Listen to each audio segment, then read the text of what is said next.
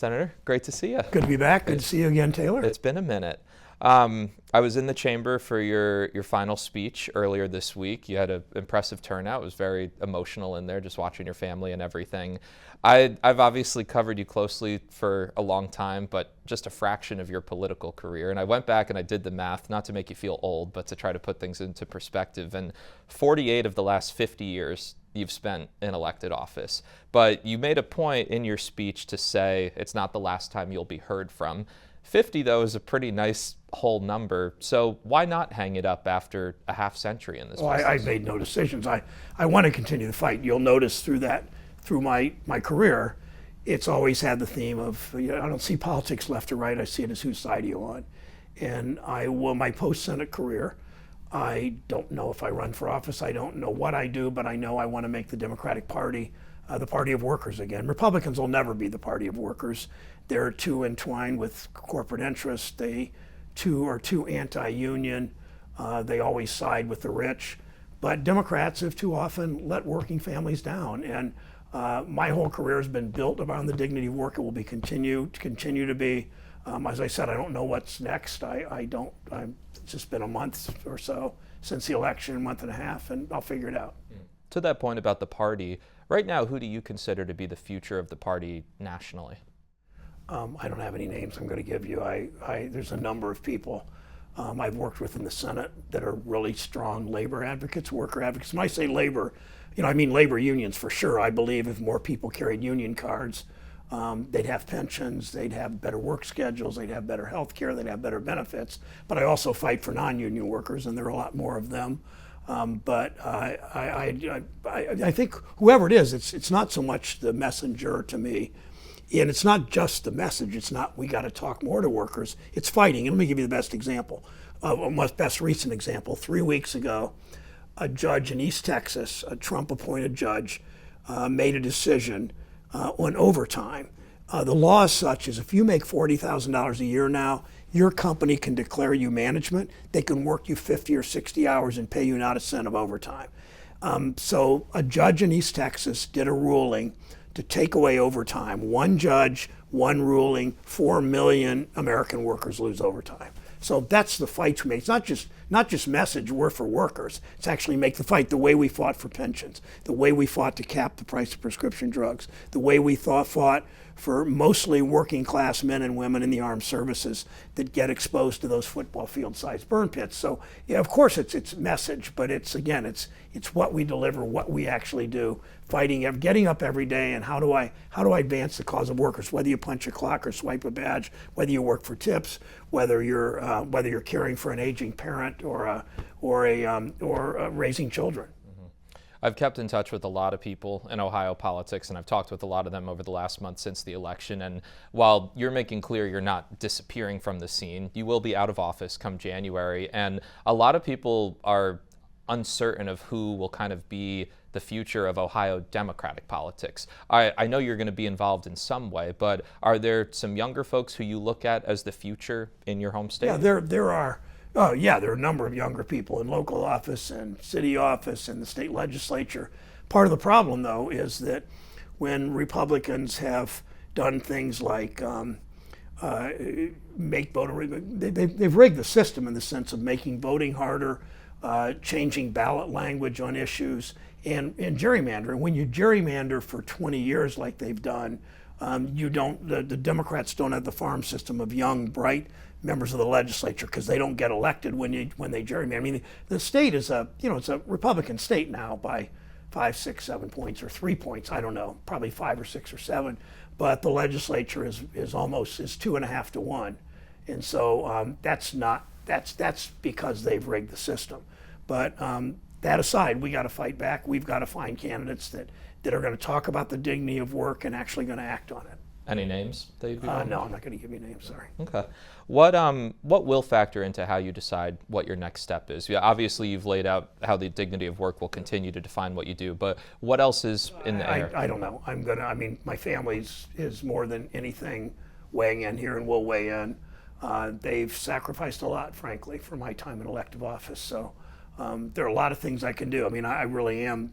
If you focus on workers and you focus on the dignity of work and you focus on how to get Democrats to not just talk but act and make that contrast. Again, it was a Trump judge that made one ruling in East Texas that affected 4 million workers around the country. I've seen no Trump person, no Republican defend that and say anything. I've seen none of them. I've called on them to do something about it, and it's been silent. So if they're the party of workers, show it.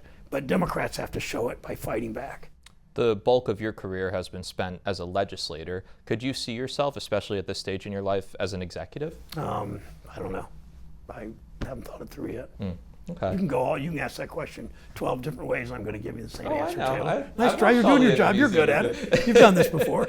And he's laughing at you too. As he should be. As he should. Let's talk about, so you've talked a lot in recent weeks about some of your crowning achievements policy-wise, and many of them named after Ohioans. Butch Lewis Act, Heath Robinson PACT Act, there's something like the CHIPS Act that's having a huge impact on the state. What's a piece of legislation you haven't been able to get through that tops your list as most important?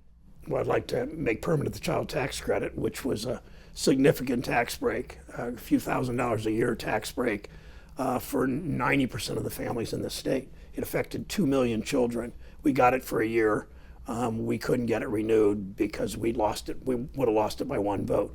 Right now, it's the Social Security Fairness Act. It's a bill that is bipartisan. I've worked on it for 10 years.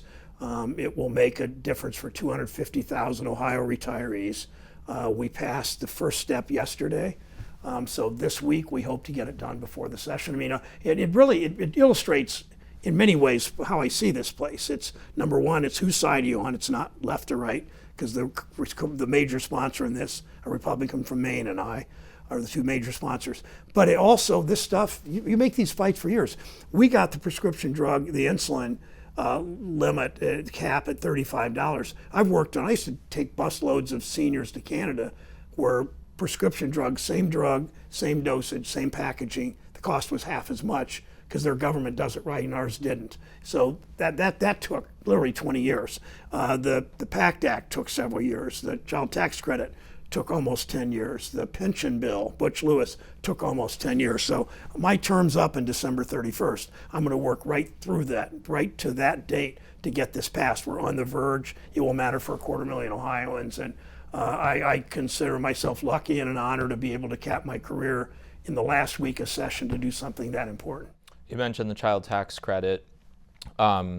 It's been interesting over the last couple of years, especially to watch people like Senator Hawley and Senator Vance talk about it and try to introduce legislation about it. And you mentioned in your farewell speech, or your final speech, I know you're not calling it a farewell speech, about true populism. And that's something you even talked about on your Dignity of Work tour. Do you feel like part of your party's trouble with messaging is that they've in many ways allowed Republicans like Vance or like Hawley talk about something like the child tax credit, where the average voter is taking it more seriously, even if there isn't necessarily the legislative history to back it up? Well, in the end, I hope that Vance and Hawley do this right. The last time the tax bill was voted on, they were not in the Senate. But I know from working on that whenever they came to a fork in the road, do we help middle-class families or we help the rich? They always, always, always help the rich. Whether we came to a fork in the road, small business versus big corporations, they always help big corporations. So prove to me that they really mean what they say. But my criticism is my party, that we're not strong enough. We've become too corporate. We've become too bicoastal. We've become too lackadaisical about talking directly to workers, not in a pat them on the head sort of way, but talking directly to workers. How do we help fix your lives? I mean, the Republicans are now saying we're not going to tax overtime. Well, good, except that the way they're writing the law, most companies won't provide overtime even for people working 50 hours a week. So the real focus there is who's on the side of workers. I always will be, no matter what I do next. My party usually is, but needs to be more aggressive and less corporate in that. And we point out, I mean, maybe the people you talk about on the Republican side will actually do some pro-worker things. They do, I welcome them. But so far I haven't seen it. One of the last big stories I covered on the Ohio beat was the East Palestine train derailment and the aftermath. And I keep in touch with some of the folks in the community there, and I know it's still in many ways a crisis for them. I've been interested, as someone who covered the Trump campaign for the last year and a half, His team, he himself, Vance, they regularly talk about Trump's visit to East Palestine being, in their minds, a turning point for the campaign, where he was able to show that he showed up in a crisis faster than President Biden did. I asked this question both politically but also policy-wise because the Railway Safety Act remains stalled. What do you make of how Trump and his team latched onto East Palestine?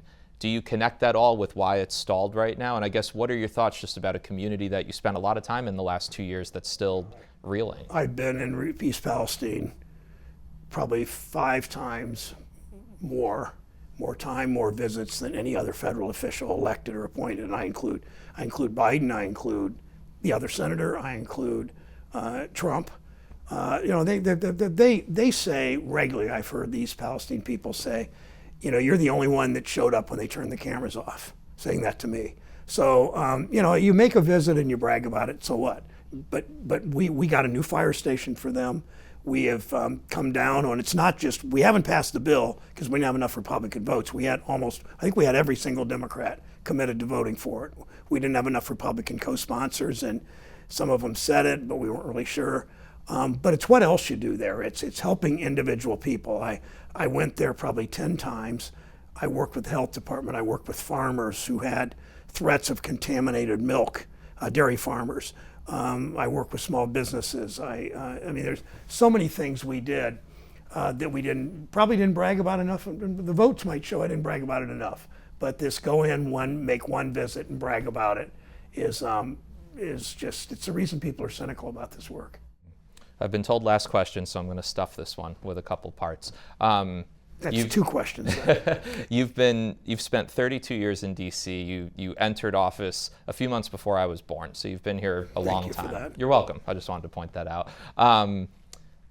A lot has changed in how this town operates and how this institution as Congress operates. Even looking back from Ohio's delegation that I studied so closely for years, next year the state will have 2 brand new senators after decades of long-term legislators in you, DeWine, Portman, Voinovich. I'm curious, in your mind, as you reflect over the last month, how D.C. has changed, and if it explains certain things, especially this present moment. I'm not really sure how you would describe your relationship with Vice President-elect Vance and what it's been like working with him compared to Portman.